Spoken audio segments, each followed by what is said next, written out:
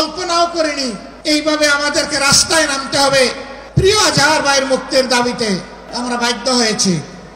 আজহারুল ইসলাম সাহেব কবে মুক্তি হবেন সুস্পষ্টভাবে জানতে চাই সরকারের কাছে। আমরা ভদ্র, কিন্তু আমরা বোকা নই। আমাদের ভদ্রতার এই উপহারকে কেউ যেন দুর্বলতা মনে না করেন। তার মুক্তি না হওয়া পর্যন্ত এই সমাবেশ প্রথম নয়, শেষ নয়, সমাবেশ, বিক্ষোভ, আন্দোলন অব্যাহত থাকবে। বাংলাদেশ জামাত ইসলামের তৎকালীন ভারপ্রাপ্ত সেক্রেটারি জেনারেল, বাংলাদেশের সবচেয়ে বড় মজলুম জননেতা জনাব এটিএম আজহারুল ইসলামের মুক্তির দাবিতে আয়োজিত এই জনসমুদ্রের সম্মানিত সভাপতি, মঞ্চে বসা নেতৃবৃন্দ, আমার সামনে উপস্থিত ঢাকাবাসী, নেট দুনিয়ার সুবাদে সংযুক্ত প্রিয় দেশবাসী, আমি মহান আল্লাহ রাব্বুল আলামিনের শুকরিয়া আদায় করার পাশাপাশি অত্যন্ত বেদনা ভারাক্রান্ত মন নিয়ে আজ আপনাদের সামনে হাজির হয়েছি। আপনারা সাক্ষী, 2009 সাল থেকে শুরু করে 2024 সালের 5ই আগস্ট পর্যন্ত বাংলাদেশ আওয়ামী ফ্যাসিবাদের কবলে ছিল। ফ্যাসিবাদ প্রতিপক্ষ সংগঠন হিসাবে তার প্রথম হিংস্র থাবাটি বিস্তার করেছিল বাংলাদেশ জামাতে ইসলামের উপর।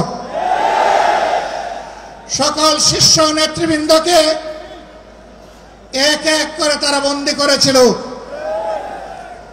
প্রথম দফা বন্দী হওয়ার পর প্রিয় সংগঠন এটিএম আজহারুল ইসলামের উপর সেই সময়ের গুরু দায়িত্ব তুলে দিয়েছিল।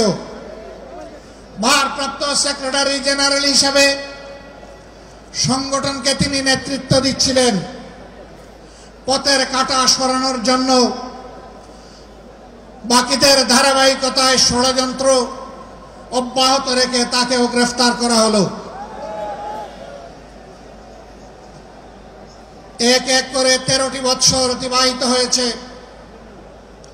কারাগারের অন্ধকার প্রকোষ্ঠে তিনি আছেন। এখনো তিনি মুক্ত হননি। বাংলাদেশ ফ্যাসিবাদ থেকে মুক্ত হলো। আমাদের প্রশ্ন, ফ্যাসিবাদের সবচেয়ে কঠিন সাক্ষী আজহারুল ইসলাম সাহেব মুক্ত হলেন না কেন? কোন জিনিস তাকে এখনো আটকে রাখতে বাধ্য করেছে? কেন এই বৈষম্য? আমরা তো নিজের থেকে অন্যান্য নেতৃবৃন্দের মুক্তির দাবি জানিয়েছিলাম। এই উদারতা আমরা দেখিয়েছিলাম, উদারতা আমরা দেখিয়েও যাব। কিন্তু আজহারুল ইসলাম সাহেব কবে মুক্তি হবেন সুস্পষ্টভাবে জানতে চাই সরকারের কাছে। আমরা তো চাইনি, কল্পনাও করিনি এইভাবে আমাদেরকে রাস্তায় নামতে হবে প্রিয় আজহার ভাইয়ের মুক্তির দাবিতে। আমরা বাধ্য হয়েছি। আমরা স্পষ্ট বার্তা দিতে চাই, তার মুক্তি না হওয়া পর্যন্ত এই সমাবেশ প্রথম নয়, শেষ নয়, সমাবেশ, বিক্ষোভ, আন্দোলন অব্যাহত থাকবে।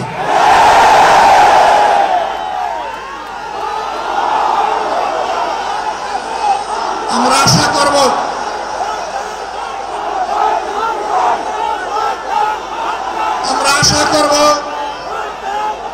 সরকার শুভবুদ্ধির পরিচয় দেবেন। এক এক করে বাকি মজলুমদেরকে যেভাবে মুক্তি দিয়েছেন, সর্বশেষ মজলুমটাকেও দেশবাসীর বুকে মুক্তি দিয়ে ফিরিয়ে দিন। তার জীবনের যে 13টি বছর হারিয়ে গেল, এগুলা কেউ ফিরিয়ে দিতে পারবেন না। আর 13টি মিনিট তিনি জেলের ভিতরে থাকুন, আমরা তা চাই না। আমরা ভদ্র, কিন্তু আমরা বোকা নই। আমাদের ভদ্রতার এই উপহারকে কেউ যেন দুর্বলতা মনে না করেন। ভদ্ররা যখন শক্ত হয়, তখন কি পরিমাণ শক্ত হতে পারে 15.5 বছর তা বাংলাদেশ দেখেছে। আমি কারো কথা বলবো না, কে কি করেছেন, কোথায় আপোষ করেছেন করেন না, এটা আমার সাবজেক্ট না। কিন্তু মহান আল্লাহর পর ভরসা করে মহান আল্লাহকে সাক্ষী রেখে বলছি 15.5 বছর মহান আল্লাহর দেওয়া শক্তির কারণে, মহান আল্লাহকে ভয় করার কারণে বাংলাদেশ জামাতে ইসলামী কোনো অপশক্তির কাছে কখনো মাথা নত করেননি। জীবন দিয়েছে, আপোষ করেনি। বহু আপোষের প্রস্তাব আমাদের কাছে এসেছিল।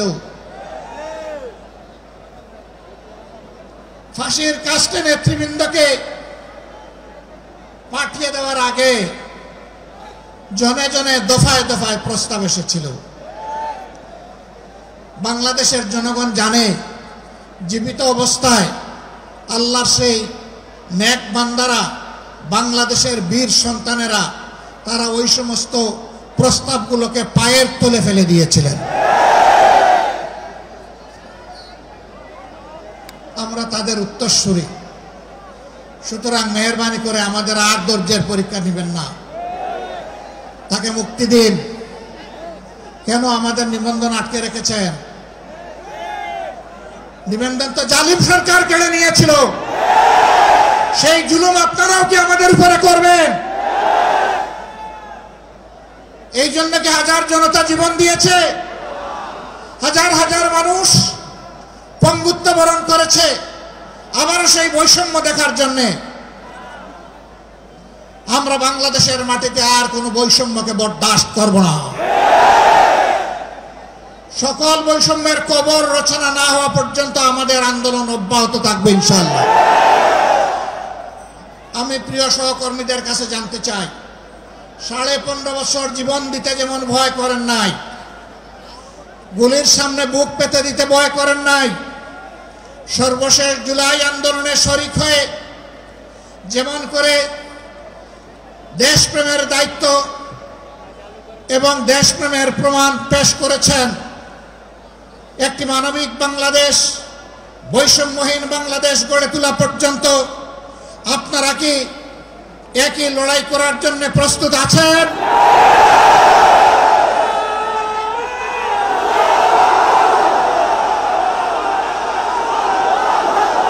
ছাত্র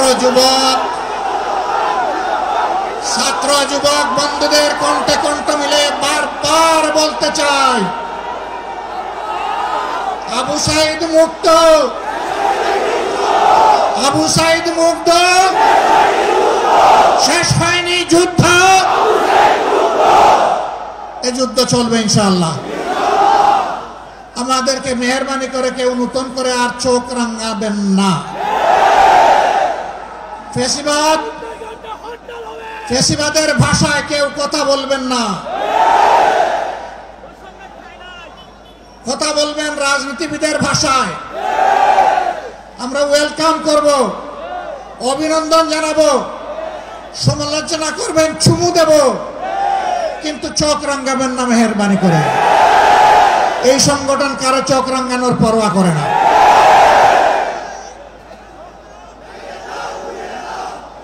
আমার সম্মানিত ভাইরা, দেশের বিরুদ্ধে, জাতির বিরুদ্ধে অতীতেও ষড়যন্ত্র ছিল। ফ্যাসিবাদের পতনের পরেও ষড়যন্ত্র অব্যাহত আছে। এক এক করে আল্লাহ তাআলা সকল ষড়যন্ত্রকে ব্যর্থ করে দিয়েছেন। আমরা আশাবাদী, একটা ঐক্যবদ্ধ জাতি আগামীতেও সকল ষড়যন্ত্র আল্লাহর সাহায্যে ব্যর্থ করে দিবে ইনশাআল্লাহ। তাই আমার শেষ আবেদন, আসুন দল মতের ঊর্ধ্বে উঠে আমরা সব ধরনের ফেসিবাদের বিরুদ্ধে আমরা রুখে দাঁড়াই। আল্লাহ রাব্বুল আলামিন আমাদের ভাই এটিএম আজহারুল ইসলামকে অবিলম্বে সসম্মানে আমাদের বুকে ফিরিয়ে দিন। তাকে মুক্ত বাতাসে শ্বাস নেওয়ার তৌফিক আল্লাহ তাআলা দান করুন। আমরা বিশ্বাস করি আসমান জমিনের মালিকের ইশারাই সর্বোচ্চ ইশারা, তার ফয়সালাই চূড়ান্ত ফয়সালা। আমরা মহান রবের দরবারে সেই ফয়সালা কামনা করছি। আপনাদের সকলকে আজকের এই আয়োজন সফল করার জন্য প্রিয় সংগঠনের পক্ষ থেকে আন্তরিক কৃতজ্ঞতা এবং মুবারকবাদ জানিয়ে আগত দিনের লড়াই সংগ্রামের রাজপথে আবারও সংগ্রামী ভূমিকা রাখার উদাত্ত আহ্বান জানিয়ে আমার বক্তব্য এখানেই শেষ করছি। আল্লাহ হাফেজ। বাংলাদেশ জিন্দাবাদ, বাংলাদেশ জামাত ইসলামী জিন্দাবাদ। আজহার ভাইয়ের মুক্তি চাই, দিতে হবে। আসসালামু আলাইকুম ওয়া রাহমাতুল্লাহ।